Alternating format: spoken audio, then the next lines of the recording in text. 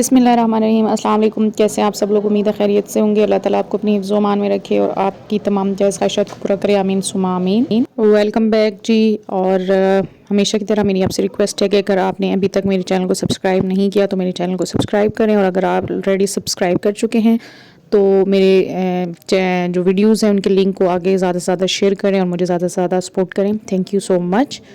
हाँ जी, तो आज मैं आपके साथ शेयर कर रही हूँ अपनी कबर्ड का पार्ट नंबर 2। और कबर्ड के कुछ, मेरी कबर्ड नॉर्मली इस तरह की कंडीशन में होती है, ठीक है। मतलब जैसे जल्दी में कोई चीज़ उठाई मेरे हस्बैंड ने या मैंने, या देर हो रही है तो फिर हम लोग उठा के, तो बस इसका कुछ इस तरीके की हालात हैं। तो इसको फिर अरेंजमेंट, अब ये यहाँ पे जो है वो मैं आपको बताऊँगी कि मैं किस तरीके से चीज़ें ऑर्गेनाइज़ करती हूँ। और मैंने ये जितनी भी बास्केट्स ली हुई हैं, एक आधी शायद मैंने ख़रीदी है, बाकी ज़रा मुफ्त मतलब जनी जुगाड़ लगाए हुए मैंने। सबसे पहले तो आपको अपनी कबर्ड्स को साफ़ करने के लिए ज़ाहिर ऑब्वियसली सारा कुछ बाहर निकालना पड़ेगा, जो मैं महीने में एक दफ़ा मैं कर रही होती हूँ। अगर एक महीने में नहीं हो सकता तो नेक्स्ट में ज़रूर। ये सारा हमने बाहर निकाल लिया, और फिर हम कबर्ड का जो पोर्शन है उसको क्लीन कर लेंगे।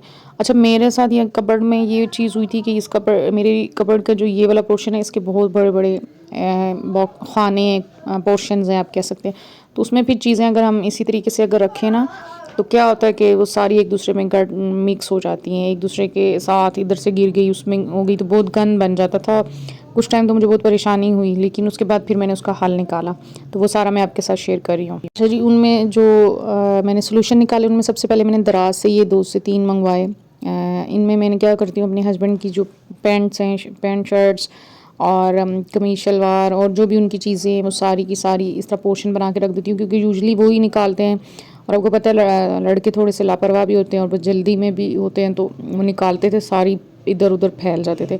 तो उनके इस तरह से पोर्शंस में रखने का ये फ़ायदा होता है कि बस वही जो चीज़ उठाएंगे वही निकलेगी।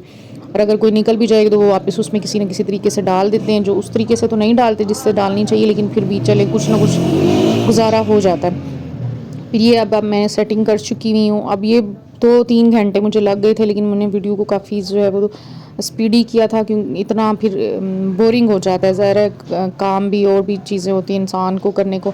अच्छा, उसके अलावा ये बास्केट्स जो हैं वो मुझे तो फ्री में ये फ्रूट्स वगैरह सब्ज़ी वालों के पास ही होती हैं। इनको मैंने लिया, ले के धो के अच्छे से और सुखा के, तो इनके अंदर एक अदद नीचे शीट बिछा के कट करके ना, प्लास्टिक शीट कोई शॉपर काट के रख लें कुछ भी, ताकि जो है नमी वगैरह अगर हो तो अलमारी में ना जाए, और इस तरीके से। अच्छा जी, ये ऑर्गेनाइज़ हो गया हमारा एक अदद पोर्शन। और उसके बाद हम बारी आती है ये इस वाले पोर्शन की। अगर हम बॉटम से आएँ तो ये फर्स्ट बनता है, टॉप से आएँ तो थर्ड बनता है, तो हम इसको फर्स्ट ही कह लेते हैं। तो फर्स्ट पोर्शन जो होता है ना, यूजुअली ये ज़्यादा ख़राब होता है। यहाँ पे जो है वो ज़्यादा चीज़ें ज़्यादा करीब होता है, तो इसमें ज़्यादा ख़राबी के चांसेस भी होते हैं और होता भी है। तो इसके लिए अब इसका सारा कुछ बाहर निकाल के साफ़ सुथरा करेंगे। इसमें अब जैसे बास्केट में मैंने अपने बैग्स वगैरह रखे होते। अच्छा जी, यहाँ पे मैं अपने बैग्स को ऑर्गेनाइज़ करके रख रही हूँ। ये 4-5 बैग जो डेली बेसिस पे मुझे चाहिए होती हैं, कभी मैं कोई एक ले लेती हूँ, कभी दूसरा ले जाती हूँ। हर ये जो ऊपर पड़ा है, ये तो मेरा फेवरेट वन है, इसको मैं संभालूंगी। ये कहीं मैं गई थी तो लेके गई थी। बाकी जो 3-4 हैं वो मैं डेली बेसिस पे यूज़ कर रही होती हूँ। तो थोड़ा सा ना, थोड़ा क्या ज़्यादा मैस इन्हीं वजह से होता है कि ये बैग्स आगे पीछे हो जाते हैं, जल्दी में आके रख दिए, थके हुए शॉल कोई रख दी, तो फिर मैस क्रिएट हो जाता है। अच्छा, ये जो बास्केट टाइप सी हैं, ये मैंने खुद बनाने की कोशिश की थी। एक्चुअली ये एक बेकर्स हैं, लेयर बेकर्स हैं, तो उनसे जब केक वगैरह कुछ इस तरह का ऑर्डर करें तो वो इस तरीके का एक अदद शॉपिंग बैग मिलता है।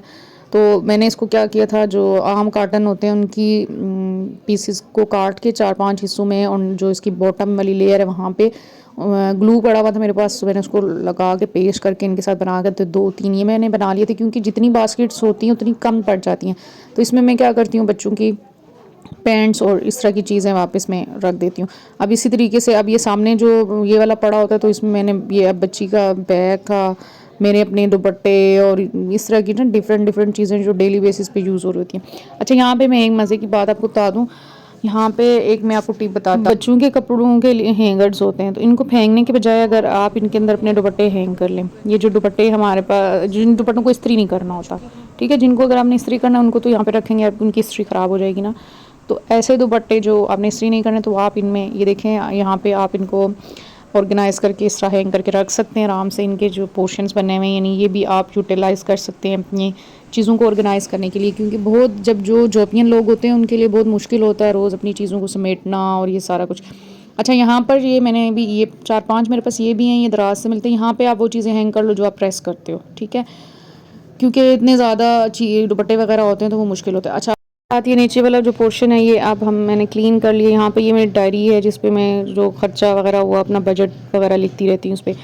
अच्छा, यहाँ पर जो निचले वाले पोर्शन में मैंने बेडशीट्स वगैरह को ऑर्गेनाइज़ करके रखा हुआ, बच्चों के ब्लैंकेट कंबल ये सारा कुछ पीछे को करके रखा होता है। उसके बाद ये अच्छा, ये पीछे प्लास्टिक चीज़ नज़र आ रही है, हमारे कमरे में बहुत सेम आती है। अच्छा, ये वाला एक अदद बैग है जिसमें मेरी सॉक्स और इस तरह की चीज़ें पड़ी हैं। और साथ साथ उस दिन मैंने मशीन भी संडे में, यानी जो मेरा संडे होता है वो इतना बिजी गुजरता है, इतना बिजी गुजरता है, और एट द एंड मुझे रिग्रेट ही रहता है कि ये भी रह गया, ये भी रह गया।